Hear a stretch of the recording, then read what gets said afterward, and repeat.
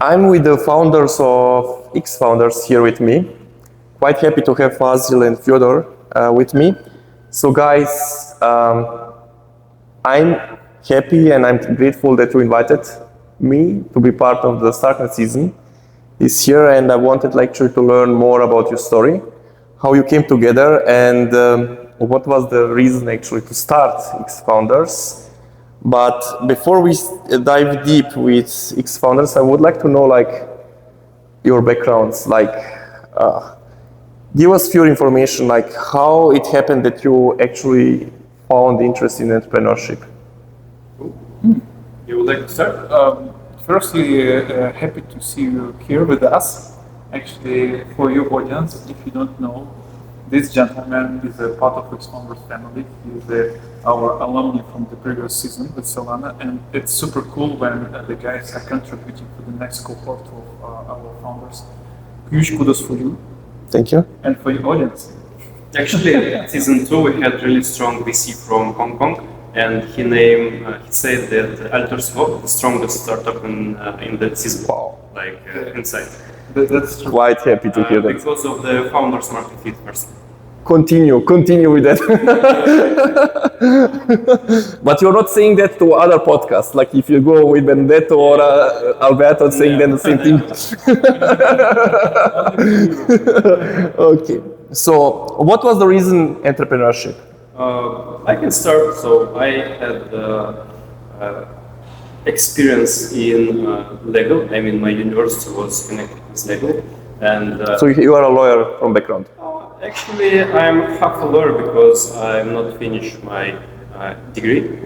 So I just realized that this is not my area, and I starting to find myself.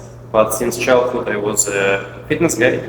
So in the middle of my university degree, I realized that I want to be a personal trainer, and I jumped to the fitness education, spent half a year there, and left my university and start working as a personal trainer in fitness club. In the fitness gym, in the gym. And one day, after a year or year and a half of working there, I met my client that was in IT segment, and we had cool discussions and brainstorming with him. But you need to talk with your clients to make sales. So that time I realized how to make sales. And one day he needed to go to vacation abroad, and he had a question: how we can have a trainings online? And we started thinking, maybe we need to make application. And that was my gateway to IT health and fitness segment. So together with my client, he became my co-founder. We started making health and fitness app to support him firstly to make online training, and after the audience as well. So without any understanding of how IT working, how startups working, what should I need to do, like in case of product management, business development, financial stuff, I jumped to this venture. But Fazil, first off, the audience should check his Instagram. I checked the photos. When he says personal trainer, it's one thing, but actually he's a bodybuilder, perfect body with muscles and everything and so on. So it's a different level of personal trainer what actually you would think when you meet something like that. You mentioned that you immediately had a client and then you jumped into entrepreneurship with him. And for you, the topic of risk was not issue, that you kind of giving up your job, your profession, taking risks, things could go wrong. Had you any double thoughts on that side? Risk resistance, this is something I was born with. Even before I trying to be as a jack of all trades and jump in different adventures. But this is another really long story, so I had even fuck ups before. But with these guys, I jump in IT sector and immediately I take a loan from the bank. Wow. Huge loan, and I say, oh shit, this is my way. I will build a company. I take huge loan on my shoulder, and I start investing loan money in the startup. So no risks. Interesting. In my head that time. Interesting. And Fyodor, for you, what was the reason? Did you end up in entrepreneurship? It's a really big question. I think for the last, oh my God, since university until like close to 30 years old, I was thinking, I was just brainstorming. What is the best sector for me with my, I don't know, with my skill set or mindset or something like this, to be able to to show, how to say, to see the match, the right fit for me. So for me, it was so hard to work inside the corporation, or and all the time for the past career, actually my mindset was kind of business development. Even I don't know the name of this, job description or something like this. So to build something, to set up some, department or small business or something like this, and in 2018 or something like this, I came up with one idea that I tried to solve as a startup idea, and I realized that okay, if you want to build startup, you need to be jack of all trades. You need to wear many hats. You need to do everything at the same time. It's crazy risky. It's really interesting. It's really challenging, and I understand this is the perfect match for my brain and for my mindset. Understand. So this is the first thing. By the way, it's really not boring. The startup founder part is really interesting, and you talk with a lot of people. So this is also part of my, I don't know, maybe habits or things that I like to learn more about people and talk with the people. And everything, in this segment, like it's kind of winning combination, but not winning combination like it's easy. It's just interesting. So and it means you have enough, focus time, opportunity to spend a lot of time on this because it's still interesting, even if it's sometimes not really easy or difficult or other stuff. So and I think we both have some in common, that we can take huge risks and we can try to play with this risk and feel okay with this. So this is also things that I think help to go this road and not to turn to the to the regular job or the corporate or some kind of stuff. You mentioned that you had a regular job before. What was the industry you're working with? What were you doing before? I was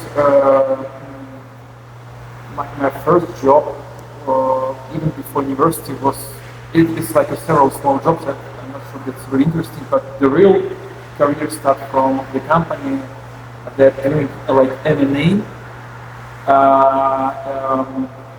local businesses. So it's selling business. So you can sell the restaurant, you can sell the piece of land or some manufacturer. Many different companies, not connected directly with the high-tech companies. So I'm working in this field for the last like 5, maybe 6 years. And inside this company, I start building a kind of financial consulting department. And I do a lot of stuff with the banks, with money, with other things to support some medium enterprises, sometimes large enterprises. They're like financial consulting. But is it not a lot of money? Why did you leave this? No, if you sell something that, I don't know, if you're selling the business, you have some commission. Sometimes it's commission like 10%, 15%, and if we're talking about a few $1 million, for the guy 20 years old, it was really good money. I mean, it's okay. And of course, this work helped to build a network and understand how to communicate people, how to do sales and other stuff. So this is what part of my career. Understand. Fazil, coming back to you. So, to your story, that you immediately took loan from a bank and started to hustle.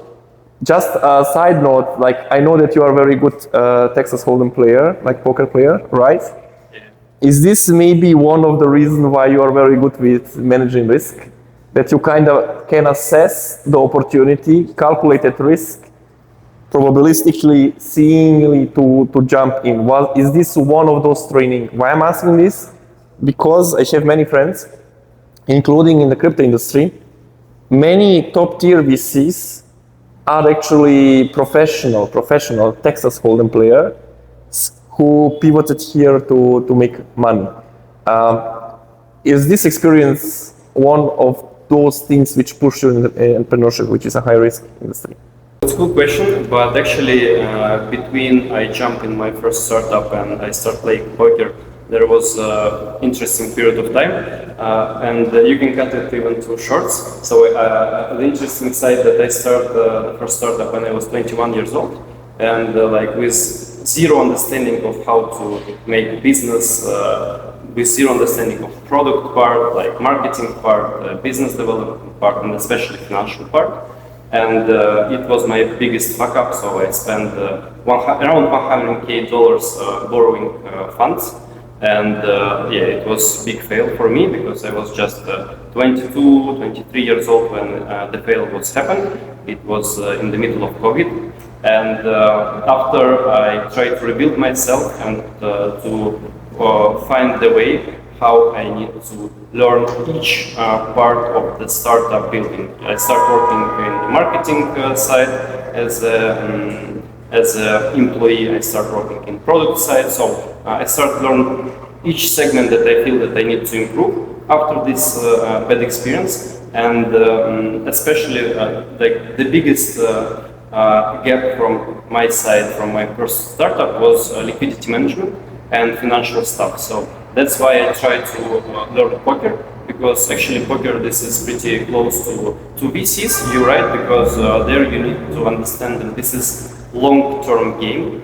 For sure there is some percentage of luck, you're right, luck, but if you like understand how to work with your cards, which actions you need to do on each street, this will give you opportunity to make the percent of the luck less, and when the percent of the luck became less and less, the rest is your experience, the rest is your decisions, and you can manipulate of the situation much better. That's why I spent about maybe 2 years in the poker. I still playing. Are you also training? Did you do trainings or you just experienced? No. It was just for myself, mostly online, and I have pretty cool results. I still playing as. I still playing, but it's like maybe one time per week or even a few times per month. Very interesting.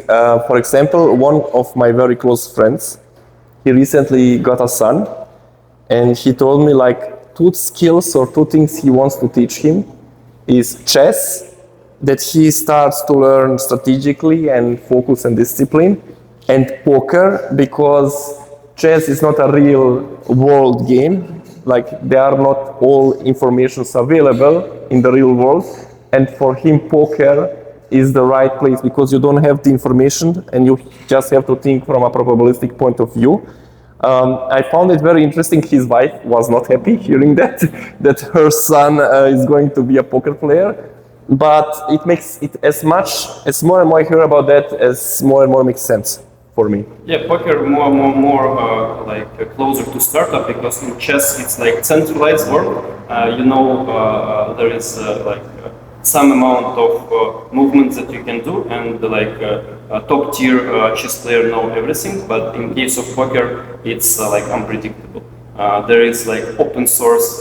If we will transform it to Web3 world, it's like decentralized stuff with multiple potential ways to do. Interesting. And now, how you guys came together? I mean, you were running your startup, this personal training thing, which obviously, as I understood, didn't succeed. Yeah. You took huge loans on you. Yeah. You had to pay most likely somehow this. After I moved from Russia, where I started to make first business, to Turkey for 4 years, where I tried to rebuild myself, started playing poker, started working as an employee in each direction that I feel that I have a gap. And after there, we meet Fedor. So you both met in Turkey. Yeah. You were also in Turkey back then. Yeah, I was in that period of time also in Turkey. Spent a few years there too. It was interesting because before Turkey, when I launched also startup in health and fitness segment separately. Really? Yeah. Interesting. It was from 2020, 2019. Like, Have you also been a bodybuilder? I have a different approach. So we do, it's like fitness chat roulette.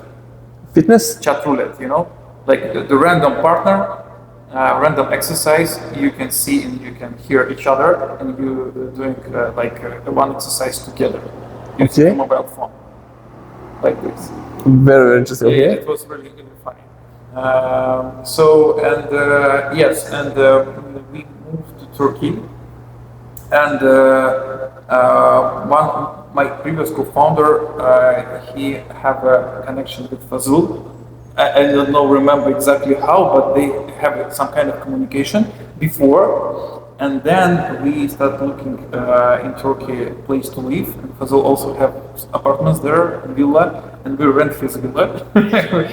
Really? Yeah. And we start living there and have a just conversation, meeting, some parties and everything.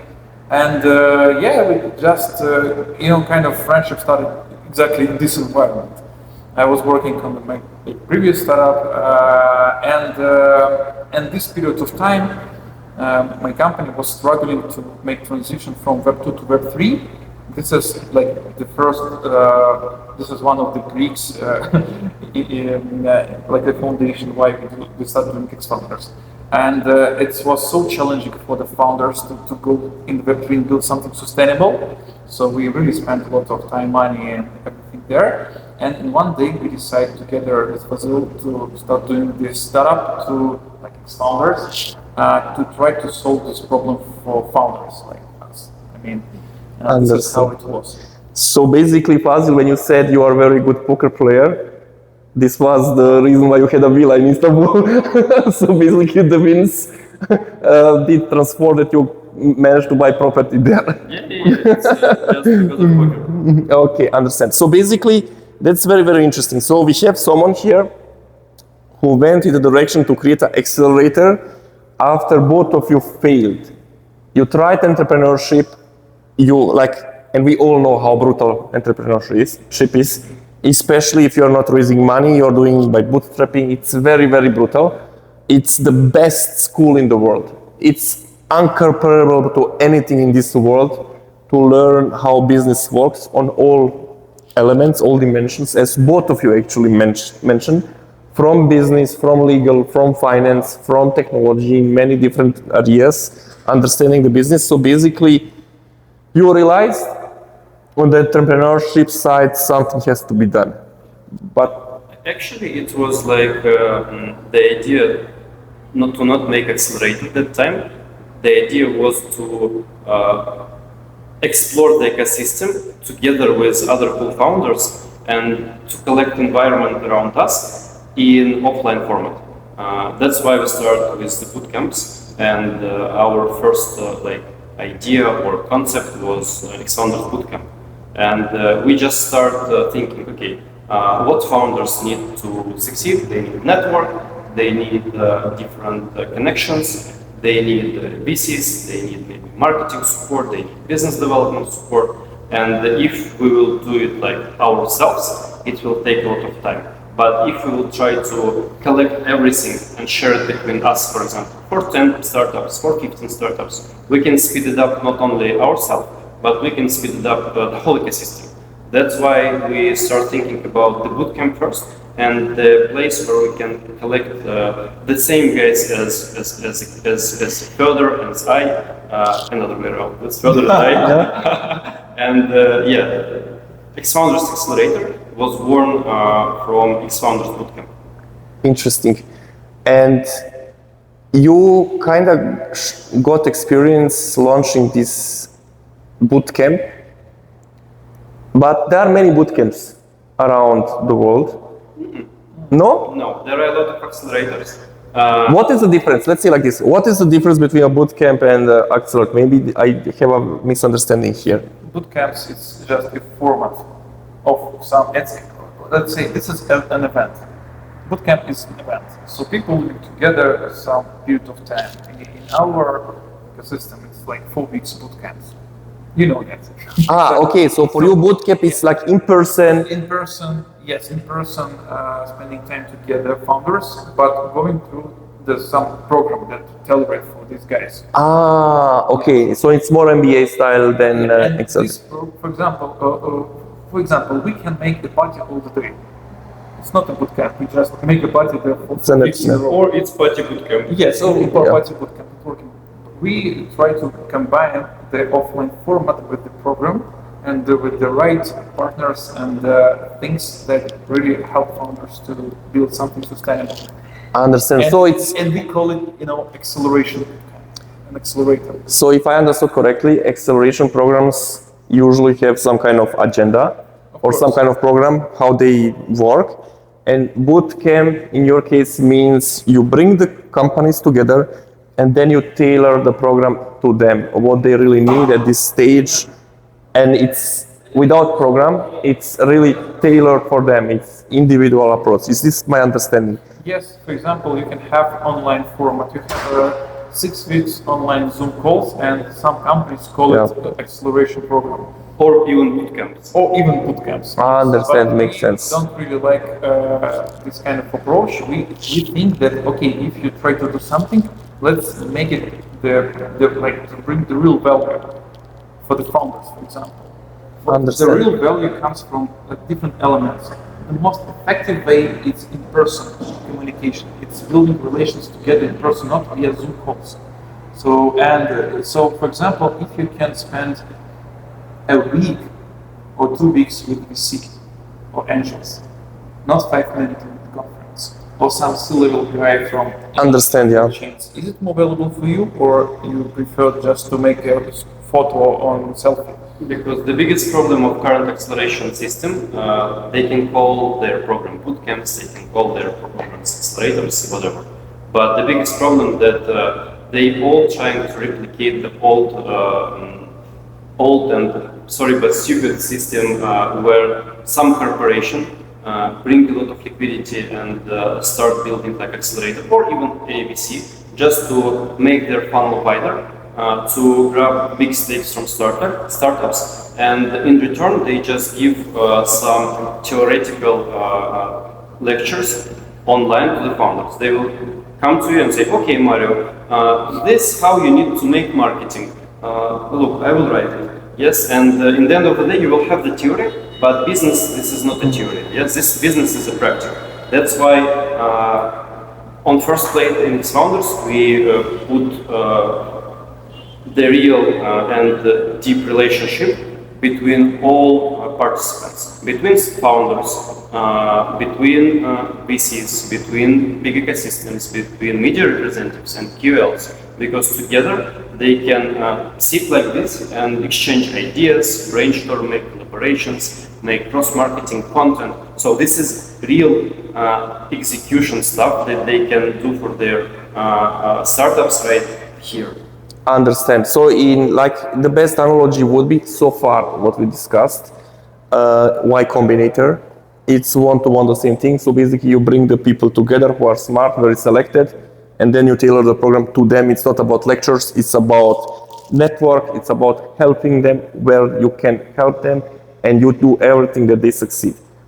Now, the interesting side here with X Founders, which I didn't see anywhere, you have the reality show.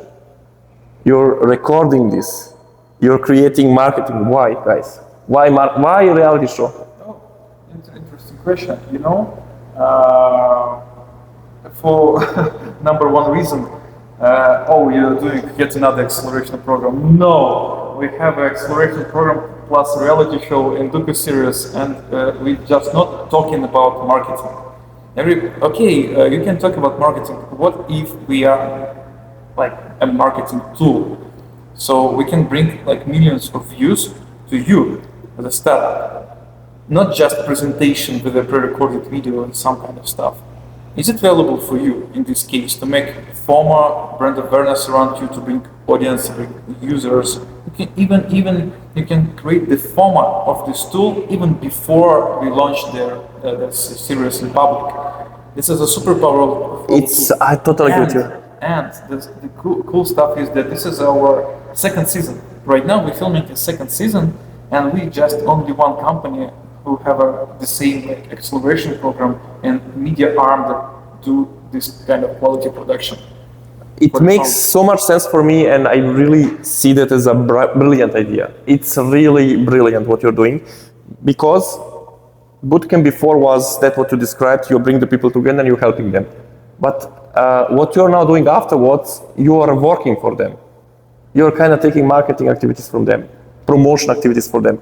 It's an additional add-on which is nowhere seen so far.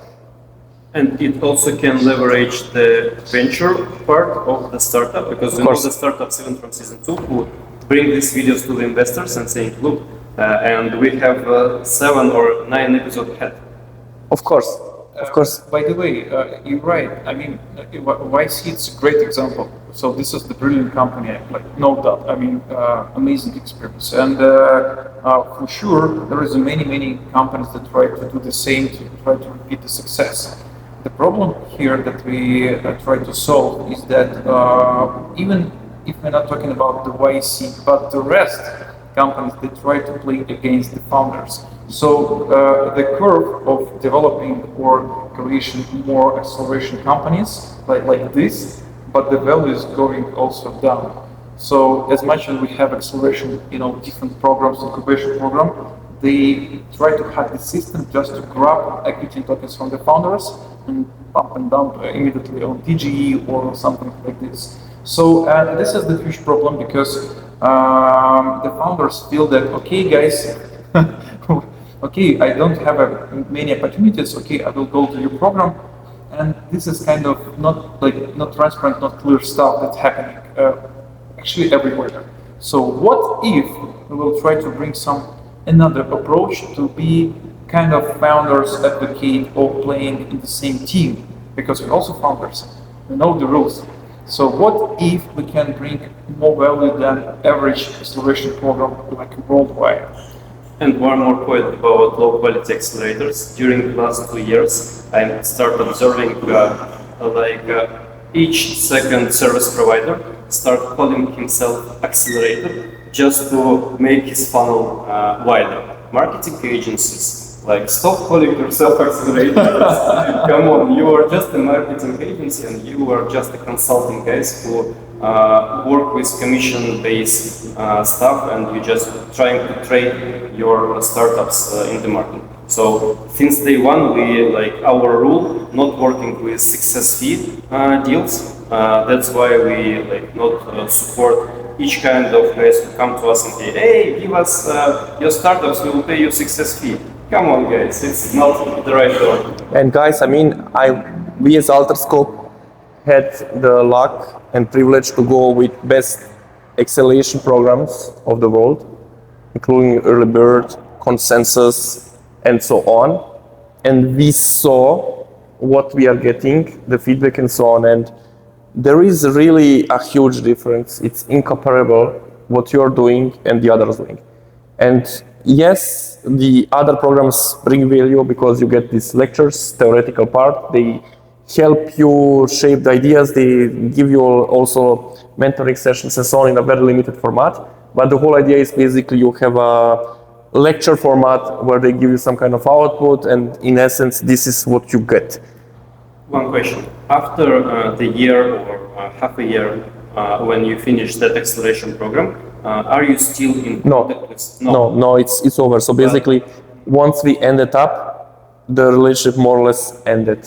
But with ex-founders, you are here in season 3, you will be with us in Bali season in a few months, and we will do our best to bring Alterscope, you, Benedict, to all our future events, to share all network, all connections that we accumulated during during ex-founders pass. So because we are interested to succeed, not only for us as ex-founders, but for all our ex-founders fund.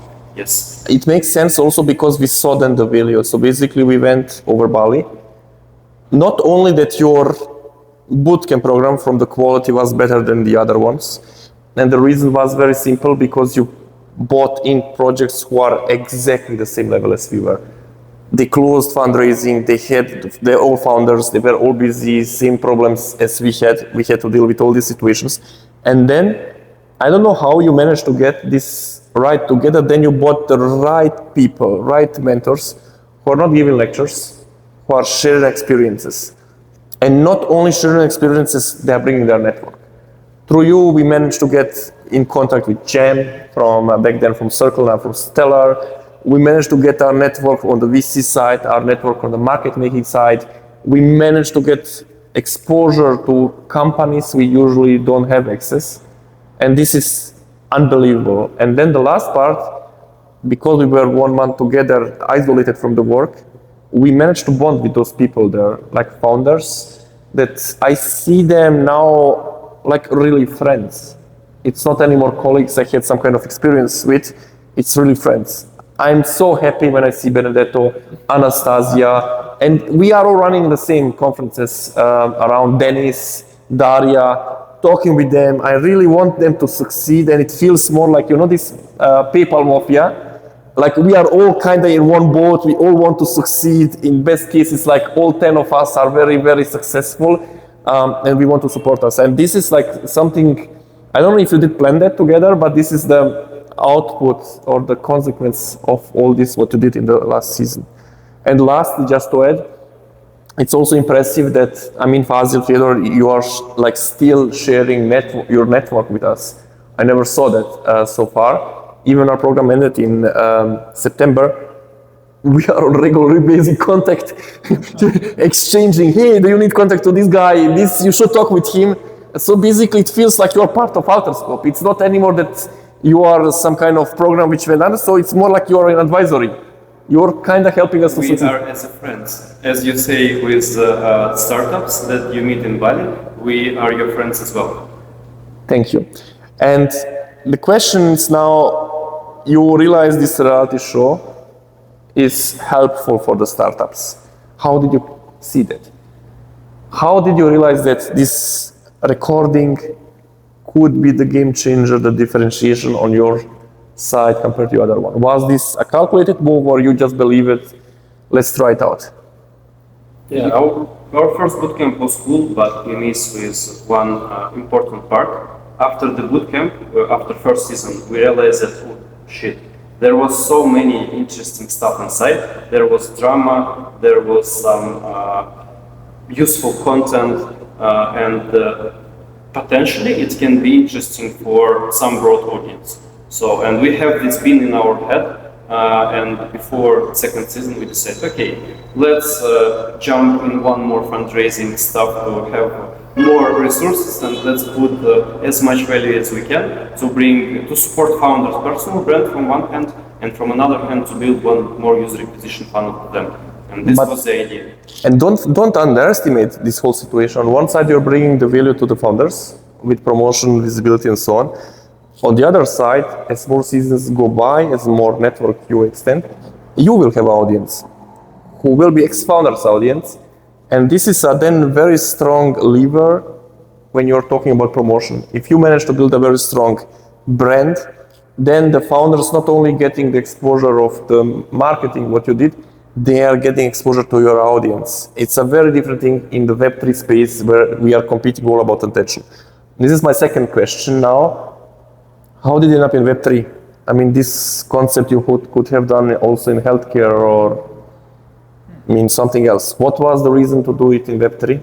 Oh, the Web3 starts from the problem that we try to solve in that period of time when we have transitioned, if you remember, from Web2 to Web3. So, because in Web2, but the first question is no one knows what's Web3.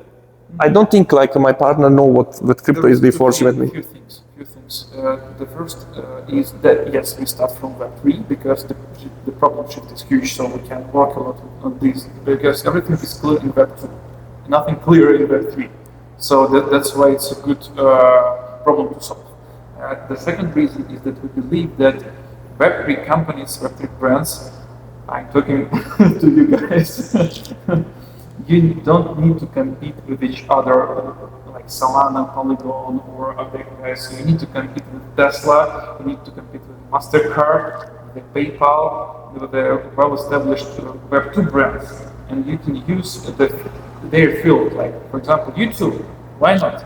Because if you take a look on the content around the Web3, what is this? Private Telegram chats or private community on Discord or dumb stuff. Or a lot of podcasts. No, your podcast is the best, but you can imagine a lot of podcasts. Can you take a look on 300 trillion Web2 market? They have a lot of tools to promote their products. They have a huge audience. So what if we can bring some brands from the Web3 to Web2 field and try to compete with the brands to make a brand awareness, to make a curiosity around with these companies. And at the end of the day, we're talking about the business, yes? The business, right?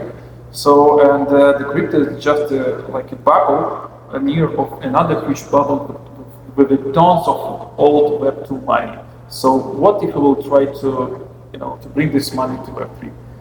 Interesting. To bring new users. And the best way to make it is to film the storytelling about the founders who build the cool products. And this is the huge things. So everybody try to sell the products. Some technology stuff that nobody understands because it's too hard. So what if we can share your story, for example, Alterscope story of you and your co-founder and the other guys, and we can try to build the fan base around you because you are the best ambassador of your product, and you can create this bridge between your product and the audience, and and use and try to bring a lot of benefits from these kind of things. And another thing is that how you can use this. So now you have this tool, and now you have this question. So how you can use this situation?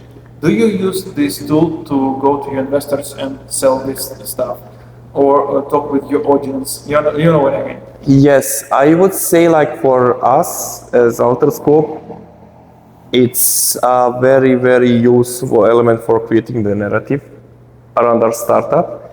In essence, we are in a Web3 industry. We are competing for attention. We are all competing actually for users to use what we are building, selling to them our product. And it's, as just mentioned, we are all deep tech. We try to solve complicated problems, which are solved differently than it's solved so far. And getting to the audience the right message is very hard. We can write it in a writing format, what we were doing, classical marketing is one thing. The other thing is when they see the emotion, they see the person. And you have this hero story always. You see these guys, they are struggling, they are fighting, they have problems, and you see them with time, and then you kind of fall in, I don't know, I will not use the word with love, but you kind of start following, you like them. You follow their progress, you see what is happening. And I have material now, which is really high quality. And this high quality material differentiates me compared to other projects in my vertical, where, for example, VC is not doing their due diligence.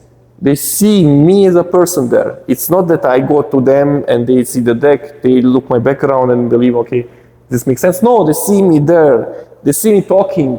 They see me there jumping in a pool. They see me all this stuff there as a human.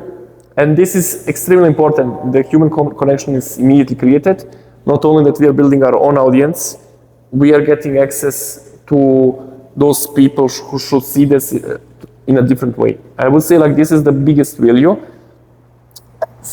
From the bootcamp, and this was actually the reason why we applied and you selected us to be there. The other element is actually I really like the value you're bringing in the bootcamp. It's really high quality. People are underestimating this. Because, as mentioned, we went through many bootcamps. The quality you bring is very, very high. It's extremely practical compared to the other one who are more on the theory side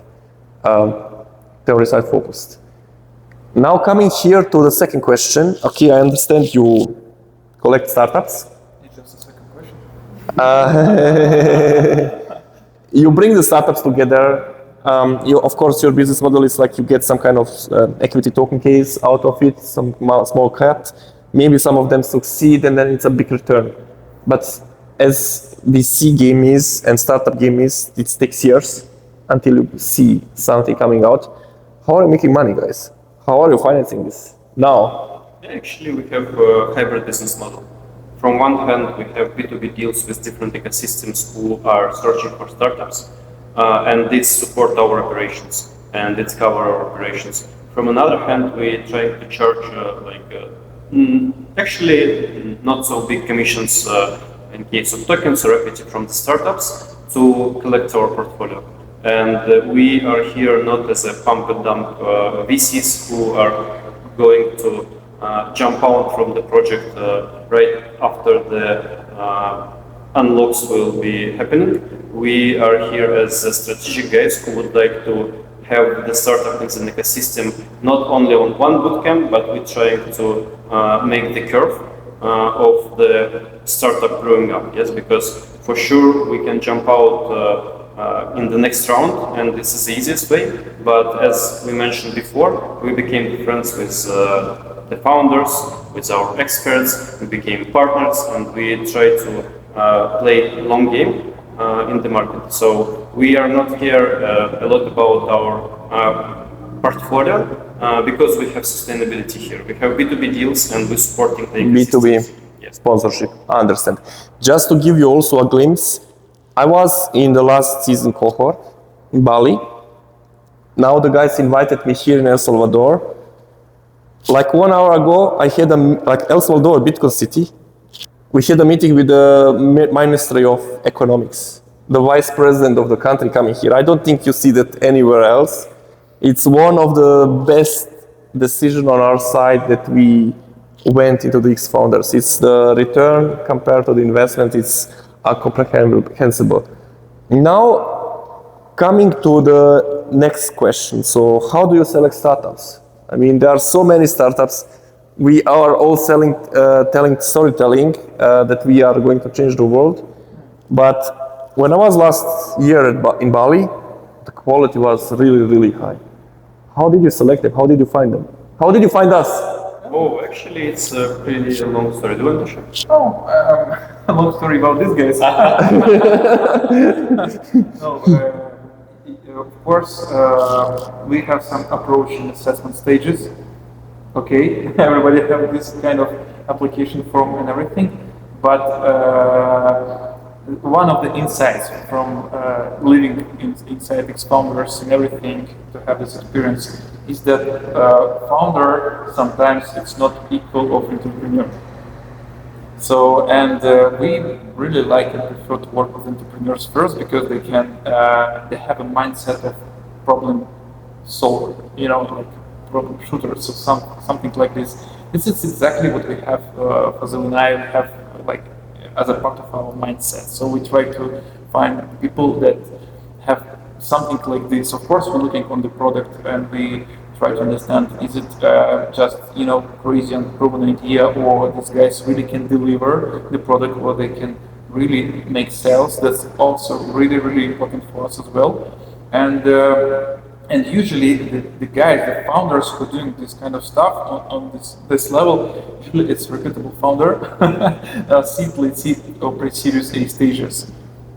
And usually these guys already raised some funds or they have... But how did you find us? Because we're really good in B2B sales. You got recommendations. Someone. Short story how we started our first season without funds, without name, without something behind. We think, okay, we have X-Founders logo and we have two of us. Let's bring some companies from the market, tier 1 companies from the market, and how we can do it? Let's start outreaching. And we start our half a year marathon of outreaching, and during the next half a year we get in touch with MasterCard, with AWS, and with tens of different tier 1 and maybe tier 2 companies and service providers. So, and during this class we learn how to make outreach, how to make scouting, searching, and how to, and after we try to replicate this stuff with startup searching. We just understand how to make proactive outreach first to fulfill our funnel. We are not waiting the applications like others because we was no names in the market. Yes, we have no opportunity to wait. Then some startups will join to the accelerators. We start proactive outreaching, searching, scouting by ourselves first, and after we just start teaching our team to make the same. We have a few or even more tools to make automatization of this process. And in the end of the day, we have around 2,000 startups on the top of our funnel. After we have several due diligence stages or even interview stage with our team members or even with our founding team or expert team. And after, like, we have short-listed 20 startups, and we're trying to realize who will have the best fit if we will lock the doors and will keep them alone in the room. Yes, we're trying to identify, for example, who will be valuable for Mario, yeah, or who will be valuable for Benedict. Interesting. Yeah, and this is interesting because, of course, nice to have 20,000 plus applications that come through IC, and this is a huge funnel. You can just, I want these guys. The same thing with the A16 encryptor. They have something about 8,000 plus applications every patch, so it's crazy amount of startups. But at the same time, you can understand the market. The market is also really deep with the startups. So of course, we have a kind of really competitive situation. That's why we can't have an opportunity just to sit and wait. And we, for the last 3 years, we just tried to learn a lot about how we can do proactive outreach and to find the right people who can be a part of our portfolio. And our strongest part is B2B sales. Yeah. Very, very interesting. You are very, very effective on this side, I have to see. Very, very effective. Yeah, and even you don't know how much employees we have. It's a really, really crazy amount. Do you want insight? We can share how our B2B checks are growing since 2023. In 2023 it was 15K, in 2024 it was 75K, nowadays it's 275K, and next year it will be 500K. I'm talking about the average check that we're closing with the different systems.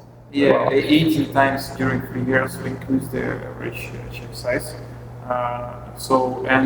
Actually with the startups it's almost the same, because we now have more traction, we have more media arm, we have more experience, and we understand exactly what we want to have in our portfolio. So we also can, we're increasing not only like attraction, but the quality of offers for both sides and for our partners who support us and for the founders as well. So because, how much you raised in the previous round? 2.3. 2.3 mil.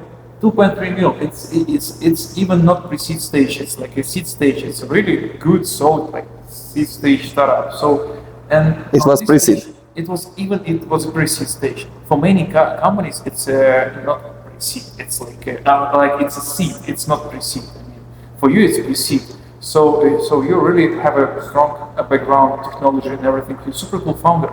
We want to work with you. So is it almost impossible to have you as a part of our portfolio to have a Zoom calls 6 weeks in a row? So you also have some idea what quality you're looking for, what kind of value you're looking for. So, and we're developing this offer and this value during the last 3 years to have an opportunity to pitch you us and have you with us in one board. So it's worked like in the same way, two-way conversation. Very, very interesting. And how do you select the mentors and the partners joining here? Same approach. Same approach, but still you have to select it somehow. You have to see this guy brings value, because there are many influencers, many people doing different things. You still have to have some kind of insight to get them. It's easy to identify and cut not the right guys. When someone's saying immediately that, how much you will pay me? Oh, come on, fuck out of here. Okay. We are not paying our mentors as other accelerators do. Our mentors is cool guys who believe in startups, who believe in what we are doing at X-Founders, and we just bringing them as a deal. We're saying, okay guys, you will have opportunity to talk with startups. Not startups will have opportunity to talk with you. Yes, we're trying to rebuild this game. If other accelerators more working in the model when startups need to come and asking the time of mentor. We're trying to say this is opportunity for you guys to be present to our startups because we select them really hard. And this is cool squad and this is cool network that you can have. That's why it's working. This is important, a really important point here because to have the clear picture. So the founder, startup founder for us, it's like really on the top of everything. So the whole process is coming from this, from his needs. Interesting. You know, so sometimes we have mentors that not really public. You can have even you can understand that this guy is so really experienced sometimes. Just because we use the network. We even in the past we have experience to work with him. We know how he works, what kind of deliverables he can provide, and everything. So it's kind of really important part, and we can easily identify the guys who can just talk about, do some consulting stuff. That really good in sales, but they really bad to deliver, because the question is, we are ready to pay for this guy as a founder, for example. Makes sense. Now, I mean, I had a conversation today in the morning with Nelson, and Nelson is the one who's hosting, moderating these seasons here, and he's very persuasive, and he had a very amazing career. And I was asking Nelson, like, Nelson, you had a very good career, you're making money, and these guys came to you, they pitched to you only the mission. Like, the only thing they could pitch to you was the mission, and you jumped. They have to be like, you had to see something special in them that you jumped. He told me later, Mario, when I saw what these guys are doing, and they are constantly delivering whatever they say, I was shaking. I was hoping that they will take me. So, what was your process to find Nelson, to realize that someone like him is the right person to moderate this bootcamp, to lead the bootcamp? This is a very good question. Hey Nelson. So with Nelson, it's not just a really simple story, because he was one of the first contributors in these founders. He was in season 1. He represented the Gate.io, the biggest Chinese exchange, and he just flew to Turkey, spent with us like several days, almost a week, and he contributed a lot, just because he loved to do this stuff. He loved to talk with the founders, with the passion, with everything. And it was extremely valuable to have him there, I mean, for the founders. So I even remember how he, the only thing that we covered for Nelson in the first season was flights, but I remember how he missed his flight, and immediately he said, oh guys, I will cover it by next flight by myself, because I would like to join and I would like to contribute to the founders, and I will never step back, so because I love to work with founders. So he buy the tickets himself and he fly in. Interesting. Yeah, and then through the years, so he supports us from time to time, with the network, with everything. So he all the time have time for us, but we don't pay money for him. We don't have even kind of business relations, and this is really important to have this kind of mindset, not consulting first, but something more human. The person who wanna build it, who wanna make something good, like public good, something like this. And on the second season, we realized that Nelson, he's a before yeah, this, even before. Yeah, before we invite him to the hosting the reality show, we start thinking, okay, we need some guy who will host the reality show, who will be the face of reality show, and the only guy who are really good in public speaking in our network was Nelson, because we saw how he take himself in front of camera, and it was amazing. That's why the first idea of bringing MC and host to the reality show was Nelson. We start talking with him, and in an hour he say, yes, I'm in, because this is new experience, let's go. And we say, what? Without any salary, without any shitty approach when someone trying to take something from you. He just say, okay, I left the gate. I have some time. I'm happy to share this time with you. And it was interesting insight for us. Very, very interesting. This was amazing. So and also it's a great combination of really cool communicative skill, empathy. So he worked with the people a lot during the last 14 years as a HR and different. So he's a C-level person who worked with a lot with the people. He building organizational design, so solving difficult problems. So this is like the perfect match. And you know, he's really energized. He's Yes. all the time. So we understand he can energize our show, our founders, and be an example, be as a coach, be as a father and mother at the same time, in the same role, and spending the 4 weeks with you guys, and bring a lot of value in one-on-ones, you know, in personal talks. So this is like the perfect match.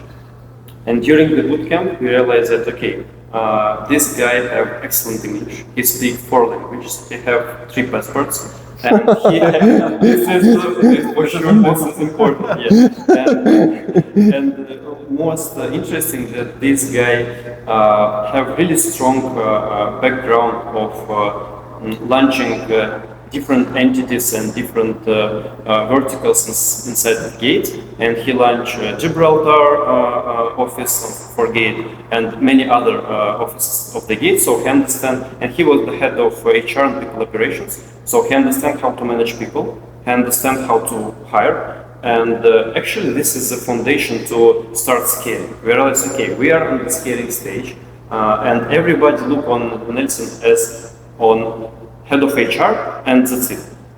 So it's impossible for him to go out of this like bubble. Incorporation. Yes, because they are not here. They see his resume and CV and saying, oh, it's HR, you will be HR. But for us, he was a guy with a strong background, strong network, strong communication skills, and the guy who support us with any asks.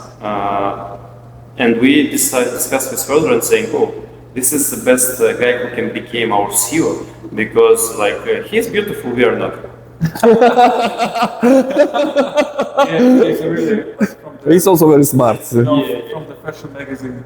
But exactly, and the perfect match for us to help us scale and bring out us from the operational stuff. Because and for him, it's a huge challenge to change the role that he's playing for the last many years, and this is Something new. And Progression. it's impossible to have incorporate structures. So for him, it's also kind of opportunity to, you know, to jump in this kind of entrepreneurial stuff and run this actually extremely like interesting business. Yeah, working with the startups, everything that he like. People, startups, venture, yeah. And he's very, very good in this. Very, very persuasive. I have to admit this. Now you mentioned scale. What is scale for you guys? I mean, last year we had the Bootcamp Bali. Now we are here in El Salvador. You mentioned soon again is Bali coming again. Yes, it's So how you envision scale at this stage you are? What is scale for you? Previously, we worked with 1 bootcamp per year, and we had 10 startups per cohort on average. Yes, and now we're just trying up to make 2 bootcamps this year, and actually it's everything is fine. Right now we are in the end of our 3rd season. In 2 months in Bali we will have 4th season, and next year we are planning to make 3 seasons, and in 2027 we are planning to make 4 seasons. In this case, we can have more startups in our pipeline. Our portfolio can grow up 4 or even 5 times faster.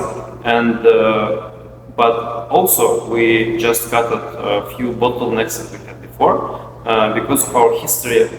Previously, our main product was Bootcamp, and we're trying to build all the ecosystem around our bootcamps. But in the middle of this bootcamp, we realized that we need to change this game, and we need to build our accelerator, and our main product is accelerator. And the bootcamp just one of the offer or one of the activity inside the accelerator, because we also have reality show, We also have different podcasts. We also would like to run different side events for you guys, because it's cool when we have like 2-4 bootcamps per year. But what if we can meet each other more often during the side events on big events? For example, we also can leverage our network there. We can bring startups, we can bring partners, and we can make our growing curve together faster if we will try to make more products inside, sub-products inside our accelerator. That's why right now we are trying to like triple up our bootcamps. We're trying to launch our side events. We're trying to have at least 100 startups per next year. Like for now, we have 30 startups in the end of the year. Next year, we have pretty clear KPI to have 100 startups, and this is the scale for us. Interesting. And how do you select the locations? I mean, Turkey, Istanbul, Bali, El Salvador. It's not that I see some kind of pattern here. It's what should I expect next? There is some system, of course. As you see, this is emerging markets. Yes. So maybe we can make another bootcamp in Africa. Ah. And Latam, like in different countries. But at the same time, here with the StartNet and government of El Salvador, we have a privilege to support the Bitcoin ecosystem. In Bitcoin country, in here with the price of Bitcoin is also going really up, and everybody really excited about this, and more companies start building on Bitcoin. So, and this is like the right place and time to be here to do something exciting around Bitcoin here as well. That basically means also you are targeting emergent startups. It's cheaper, it's easier to grab attention, to grab audience, and even to make promotion, to run something. And the people will be more inspired than, for example, in US, where they have like a lot of different events, a lot of different stuff. So, but in emerging market, they are growing really fast and they are hungry. Yeah, and actually, of course, a lot of people are living in US, building cool startups, technology and everything. But for us, it was also surprising how many, really cool companies and people in emerging markets, like they a bit locked in the local bubbles, local markets, like even here in El Salvador or in Kenya or Nigeria or other countries. But what if these guys will use our infrastructure, our media, our network to like leverage the scale, and they can open easily different markets. For example, the guys from El Salvador can talk with you to open the Europe markets. Yes. Yes, for sure. You will help with everything.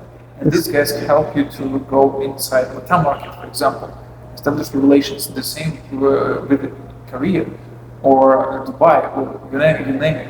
So in this case, these guys will have, they really undervalued. You feel it? Yes. And then more hungry. One question. more hungry.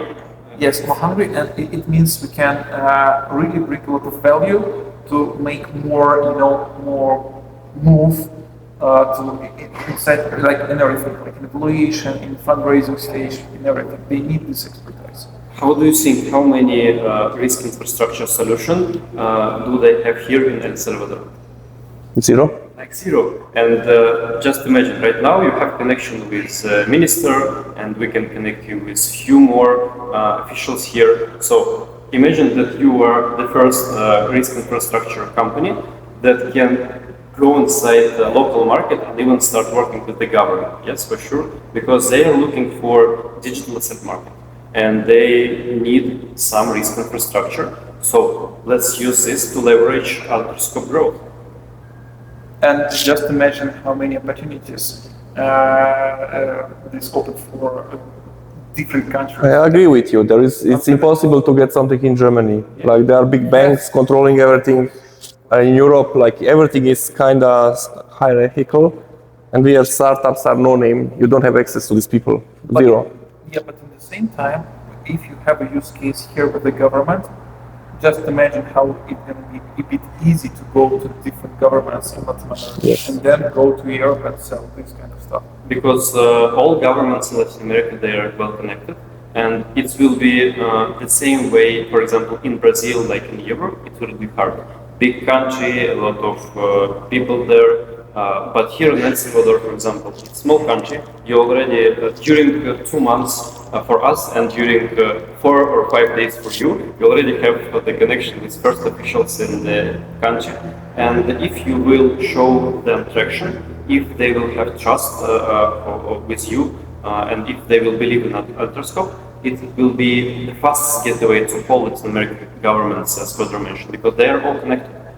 I also truly believe like Latin America is going to be the main place for adoption because it's the right combination of talent, need, pain point is very, very big, and the amount of capital is there. For example, Africa would be a second one, but they are not having yet the infrastructure and the talent there.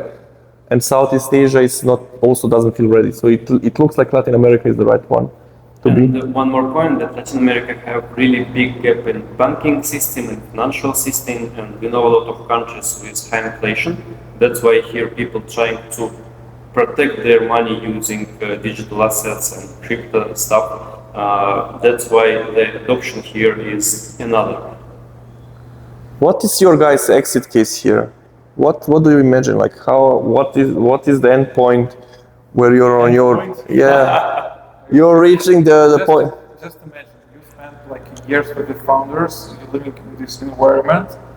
This is like a field for you because you feel yourself really good, it's inspiring you, and now just go to retire. I mean, so in 10 years.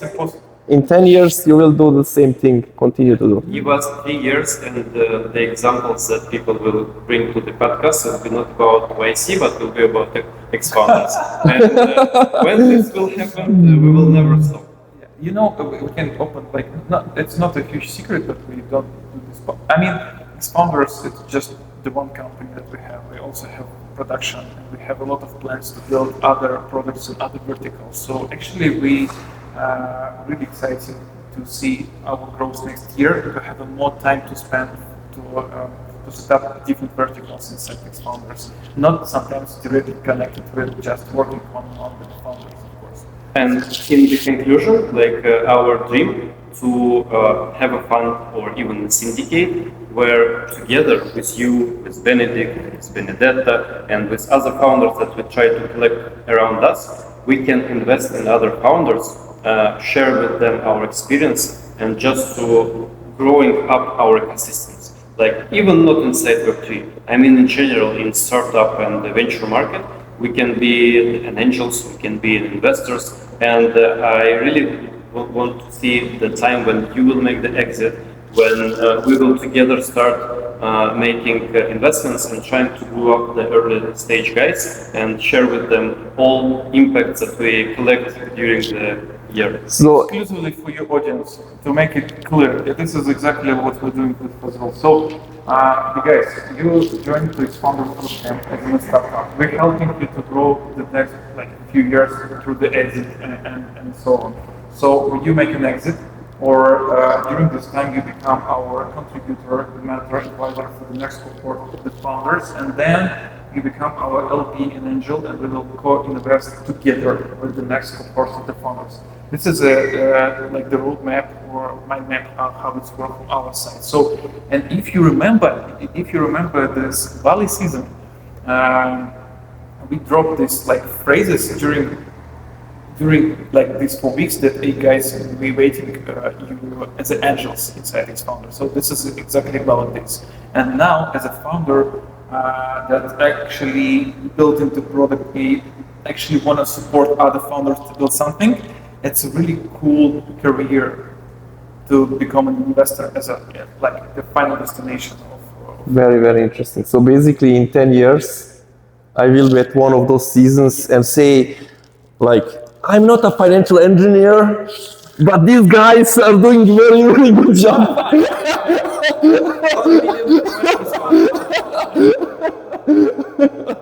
I can imagine to investing into that. Amazing. I mean, guys, it's very, very systematic what you're doing. It's obvious that you have a vision, what you want to achieve. It's very unique. I didn't really see anything even close to that what you are doing so far.